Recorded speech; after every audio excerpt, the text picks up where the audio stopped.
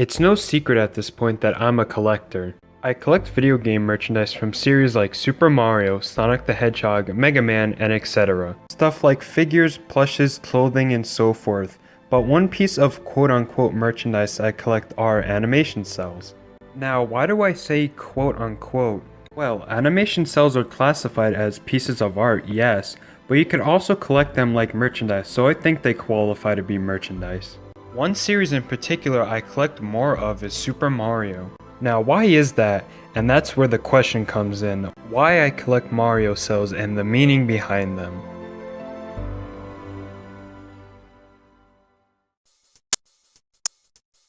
First, let's start on how I started collecting animation cells. The year 2017, I was on eBay bidding on the Jack's World of Nintendo Series 1-2 Luigi figure. And I thought it was gonna get really expensive, but to my surprising, it ended at a really good price and I won it. With me thinking it was gonna get expensive, I had money left over that I can kill. Now before me buying this, I always knew about animation cells. I was more into the Dragon Ball series of cells. I thought they were the coolest things ever, to own something that was used in the production of a show. I also remembered that Mario Cels exist from the Super Mario cartoons, so put the two together and I searched Mario Cels on eBay. Back in 2017, there were a lot of results for Mario Cels, so I could have bought anything that was up, right? No, I wanted a really good one, so I made sure I found a good one, and wow did that pay off as of right now. What cell did I buy, you ask? I bought a cell of Raccoon Luigi grabbing Raccoon Mario who's cut off. Now some of you may think this is a bad cell because yes, Mario is indeed cut off. I only bought this because it was Raccoon Luigi. I haven't seen a cell of Raccoon Luigi ever, so this was a good start. A couple days later, I get the cell and it's in my hands. I was honestly shocked. I never held a cell in my hands. Well, not the cell itself, you see. If you touch a cell with your fingers, they leave prints, so it's not a good idea to touch them without wearing cotton gloves or something. I thought animation cells were the same size of pieces of paper, so this was super awesome. So now what that I have this cell? Find the episode it's from, of course. So I took a day to watch the entirety of the Adventures of Super Mario Bros. 3. Lo and behold, I find the episode. Episode 24, Recycled Koopa. It's from the scene where Mario runs into the junkie. So now I find where my cell is from. Where do I go from here? Do I get more? Do I move on and just continue as usual? No. This was the start of something new. Now that I have a Mario cell, why don't I get a Dragon Ball cell? Yes, that was my next step. Why not get cells from other series as well? So eventually I get my Dragon Ball cell and it's Super Saiyan 2 Goku from the Even Further Beyond scene, or him going Super Saiyan 3 as everyone refers to it.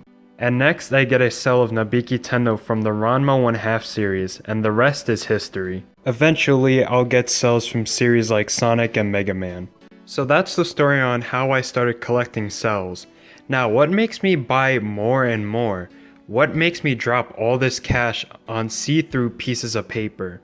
You see, it's really hard to explain, and why do I have almost 200 Mario animation cells, sketches, backgrounds, and all this stuff from the show? What is the charm in these things that for years, no one has cared about much until I came along? Why was it me that pushed the boundaries this far?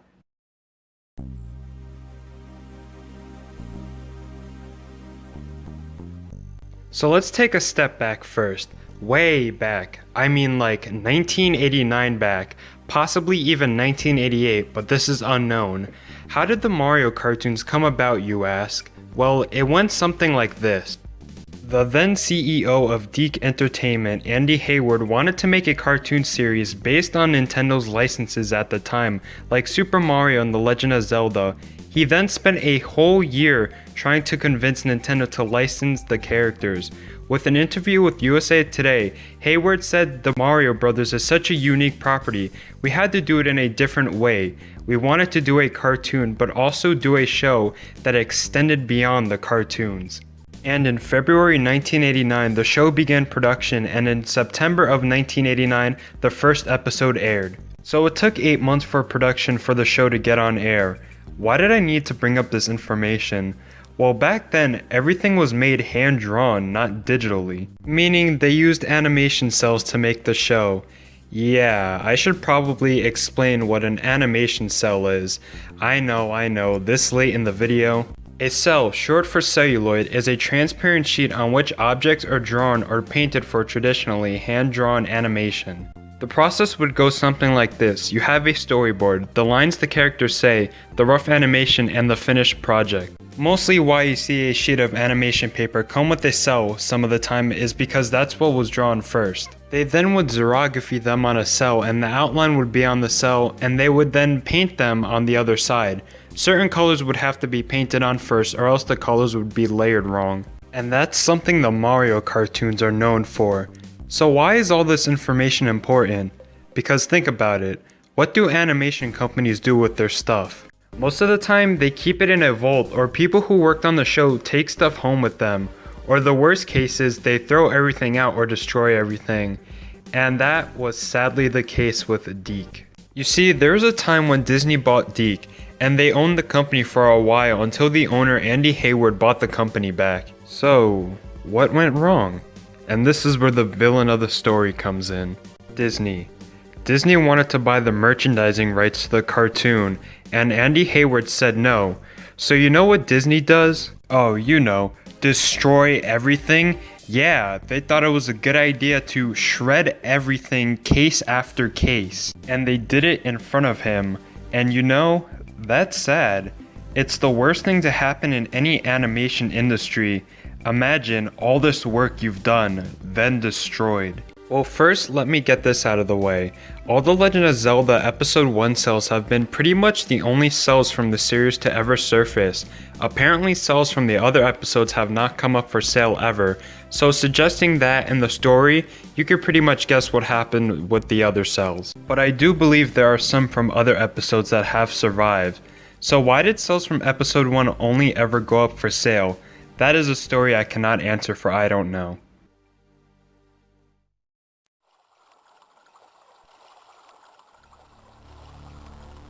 So now that we know that, what about the Mario cells? Alright, here we go. Let's dive into the lost history of Mario cells.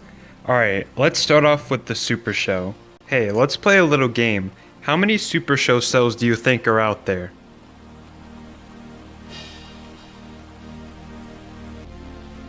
Well, if you said 14, you'd be correct. Yeah, there's only 14 Super Show cells that I've seen over the years. There could be more out there, but these are the only ones I could find out there. Let's go in episode order. First, we have this cell of Princess Toadstool. Yeah, that was her name back then if you didn't know that. This is from episode 1, The Bird, the Bird. You can also see a sketch behind her too, so that's good that it has that. Next, we have the cell of King Koopa from episode 2, King Mario Cramalot, and layered behind it is a cell of Mario and Luigi from episode 4, Mario's Magic Carpet. Next is a cell of Princess Toadstool from episode 2, King Mario Cramalot. And last one from episode 2 is a nice cell of Mario, Princess Toadstool, Toad, and Mervyn the Wizard. Funny enough, the scene in the episode itself, Mario's supposed to be Super Mario, but the picture of the cell is normal Mario. Now this is a common mistake throughout the show. What they simply did was make another layer that would just have the colors of Super Mario and layer it over it, giving it the impression that they didn't do this, but now that secret is over. Next is a cell of Kid Koopa as he was called in episode 3, Butch Mario and the Luigi Kid. Now this is one I own. It's a sketch of Butch Mario from episode 3, Butch Mario and the Luigi Kid.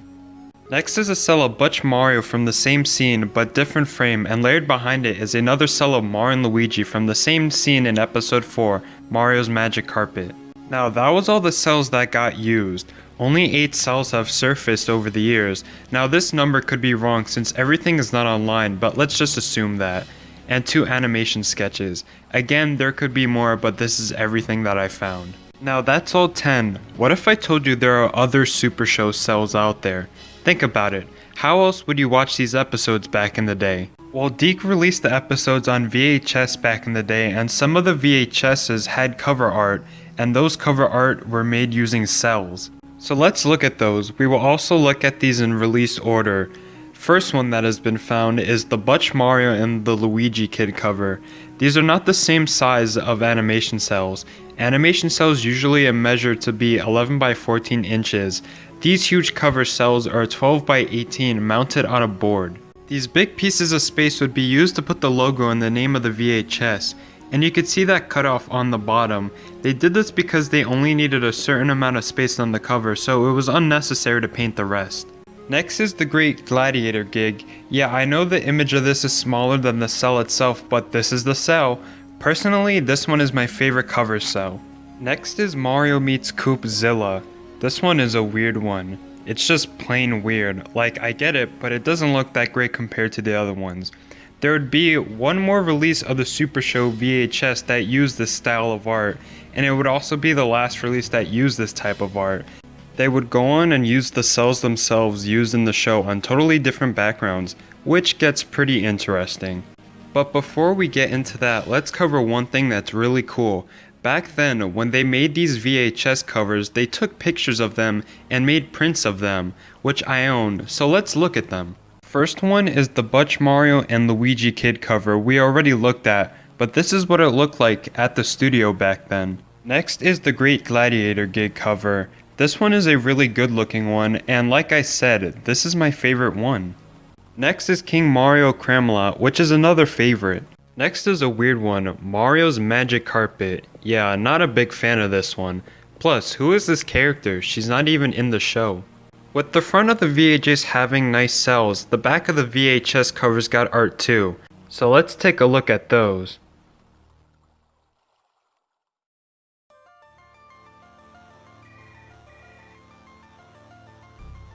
First one is a cell of the back of the bird cover that has Toad and Baby Birdo. Next is the back cell of Mario's Magic Carpet Ride. This time it's more episode accurate.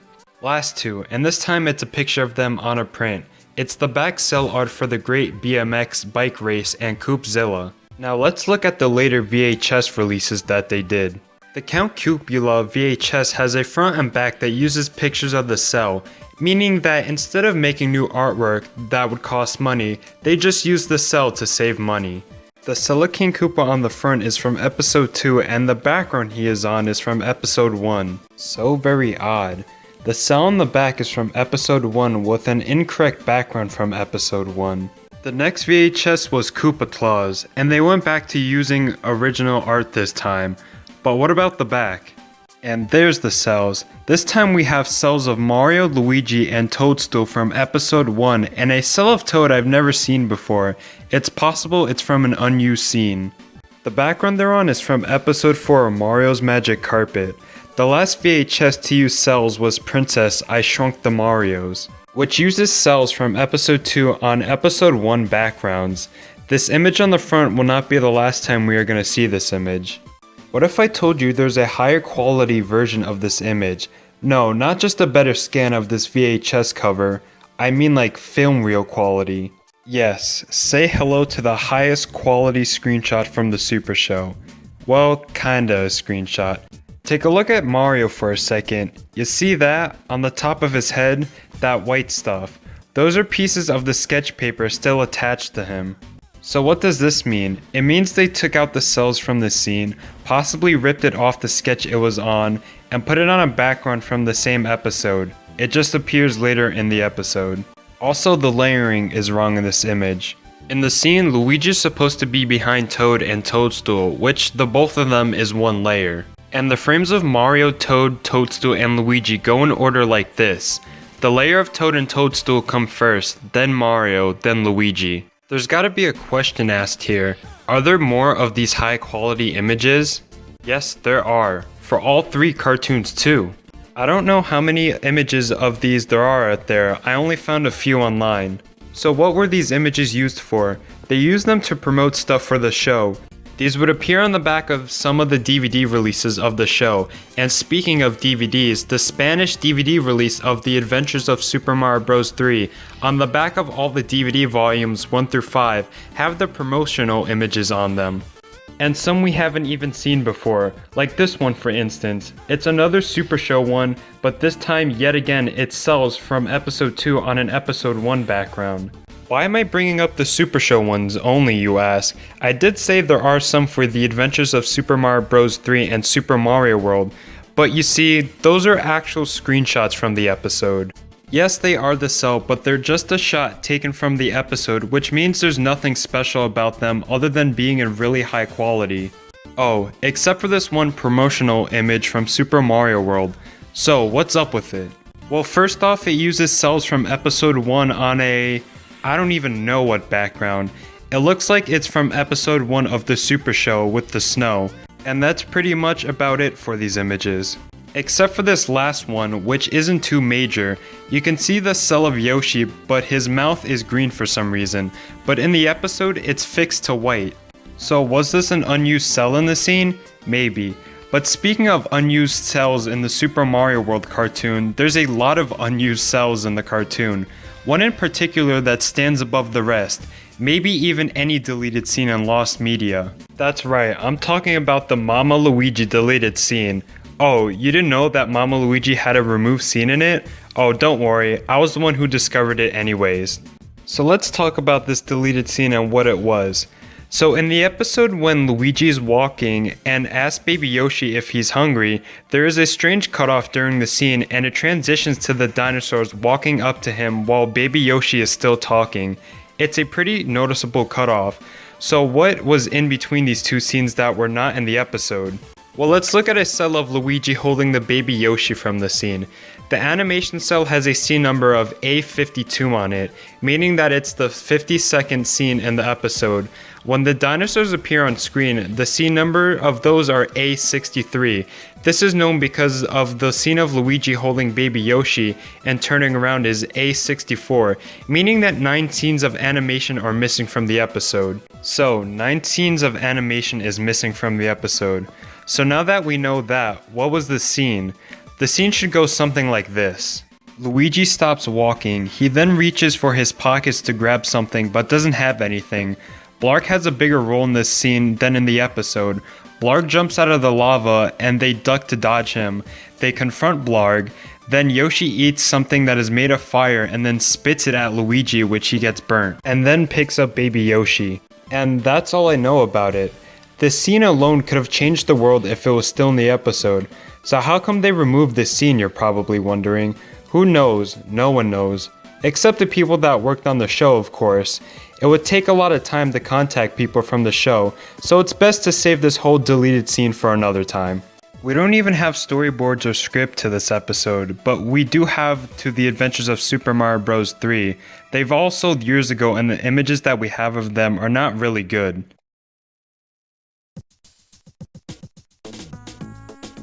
So, is that it? No, this is just the beginning. How much more can I possibly talk about? A lot more. But I felt like I've talked about everything I needed to talk about. So here, why don't I talk about what cells from each episode of each series has been for sale? Well, here's a little update to the count of Super Show cells. Here's another cell from episode 4, Mario's Magic Carpet. And 2 more this time, they're concept art cells. Here's King Koopa's, nothing too special going on except they painted his shell the wrong color. But this last one is awesome, it's of Princess Toadstool. This is a really early design of her and she kinda looks like a Disney princess. Oh, the irony. So that makes 17 cells from the Super Show. Okay, so let's talk about the Adventures of Super Mario Bros. 3. One cell from episode 1, Sneaky Lying Cheating Giant Ninja Koopas has surfaced. One cell from episode 3, Mind Your Mummy Mommy Mario. 2 cells from episode 11, Oh Brother. 1 cell from episode 13, A Totally Magical Adventure. 17 cells from episode 15, Do the Koopa. 5 cells from episode 16, Cootie Pie Rocks. 1 cell from episode 19, Crimes or Us. 2 cells from episode 21, Up Up and a Koopa. 4 cells from episode 22, 7 continents for 7 Koopas, and lastly 5 cells from episode 25, The Venice Menace. Now adding all of those up, those aren't a lot of cells. With a cartoon series, there at least has to be about 600 cells for an episode or less. But there's one episode that a bunch of cells have appeared from, that being episode 24, Recycled Koopa. 38 cells and 9 sketches, so 47 in total. Back in 2011, someone started posting cells from the episode on eBay. I was not around when this happened, but years before when the cells were posted, the backgrounds from the episode were being sold with other Mario cells from Mario World. So what about the Super Mario World cells? More cells from this series has appeared more than Super Show and The Adventures of Mario Bros. 3 combined, with me saying that I can't cover certain numbers of cells from an episode alone, so I'll tell you which episodes have had cells appeared from. Episode 9 Gopher Bash, Episode 12 A Little Learning, and lastly Episode 13 Mama Luigi. Do you notice something here? All the cells from the later episodes have appeared. There have been some that appeared from earlier episodes like Episode 5 The Night Before Cave Christmas, Episode 7 Born to Ride, and Episode 8 Party Line, and I own a small amount from each episode. I own this cell of Yoshi and Uktar and a sketch from Episode 6 The Night Before Cave Christmas. The funny thing is they don't even get used in this scene at all. Next, I own a sketch of Mario and Luigi on one of the Dino Riders motorcycle from Episode 7 Born to Ride, and yet again it doesn't get used in the episode. Next is a cell of Mario from Episode 8 Party Line and a sketch of Mario and Luigi from the same episode.